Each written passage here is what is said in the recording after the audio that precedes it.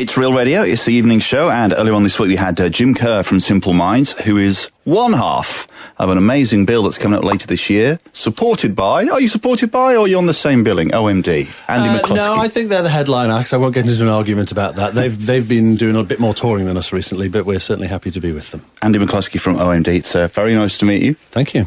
How did all this come about then? Because it's a fantastic bill, isn't it? Two of the biggest bands of the 80s together, really. Well, we're certainly hoping so, that it's going to be a well-received ticket.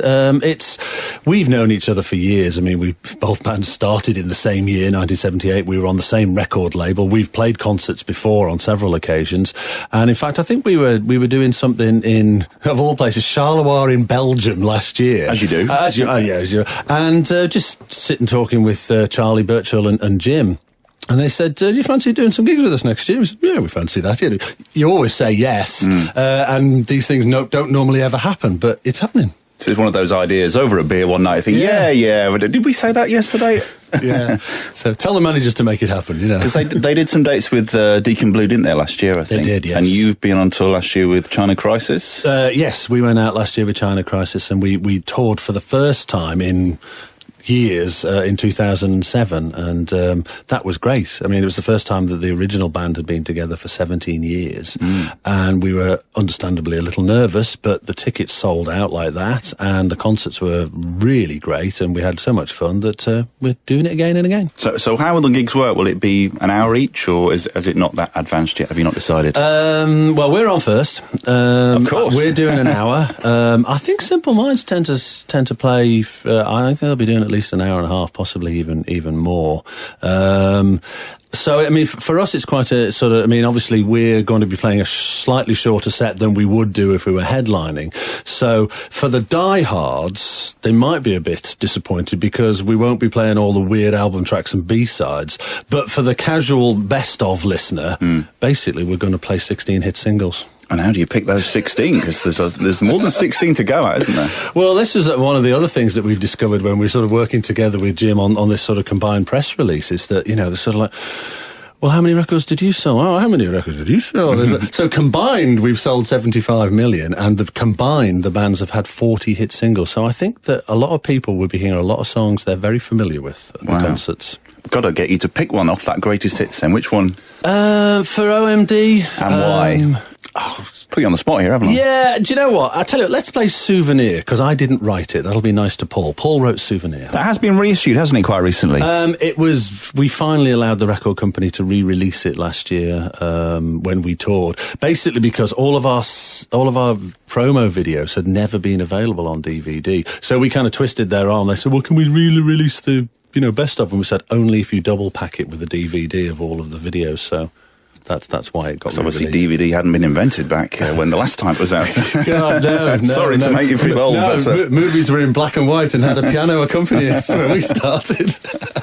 So let's talk about back in the early days, how you all started out. Obviously, Kraftwerk was a big influence, wasn't it? But there weren't many bands like you doing that kind of sound. What was the equipment like back then? I guess it was like the size of a house, wasn't it? Well, actually, no, completely the opposite. Because we were two teenage kids from not very wealthy families at all, so we couldn't afford the kind of big, gigantic Jean-Michel Jarre type things, Keith Emerson, with knobs and buttons and leads going here, there, and everything. I mean, so we were fortunate that the small little monophonic keyboard started to come out in the 70s. In fact, the first synthesizer that Paul and I ever owned, we bought using our dole money for $7.76 a week for 36 weeks from my mother's mail order catalogue. Wow. Yeah, so that's how we started. So no, it was the crappiest load of junk plus one mail order catalogue synth, and away we went. That's how we started. So obviously at the end of the 80s, you carried on the whole OMD thing on your own kind of thing and had great success as well in the 90s.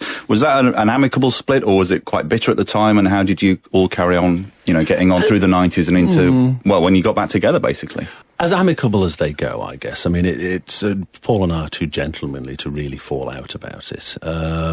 So yeah, we just went our separate ways. I mean, we'd been writing songs and music together since I was 16 and he was 15.